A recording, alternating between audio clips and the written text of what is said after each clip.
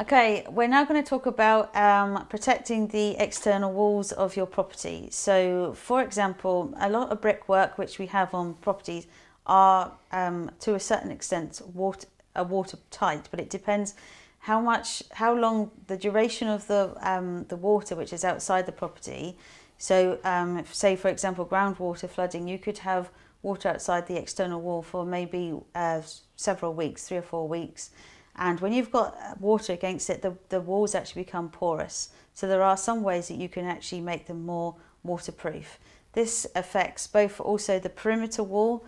So we're going to talk about repointing in a minute. So that could be when you're stopping the water, you've got your floodgate on the outside, you've got your external wall, and also as well as your property external wall as well.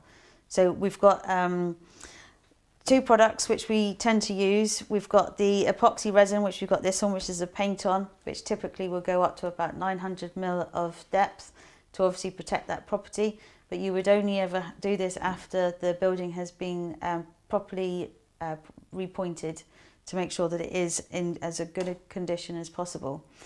The other one which we've got as well, which is a waterproof spray, which is similar to the epoxy resin, which you actually spray on to actually create that waterproof barrier. It actually enables the building to breathe, but it also stops that water from penetrating through that building fabric. And also, Mike, do you want to talk about with the cable ducting?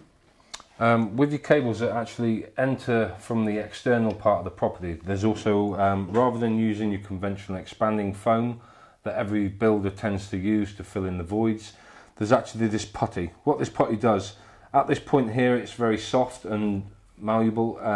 You actually mould it around the cable inducting, around your cables.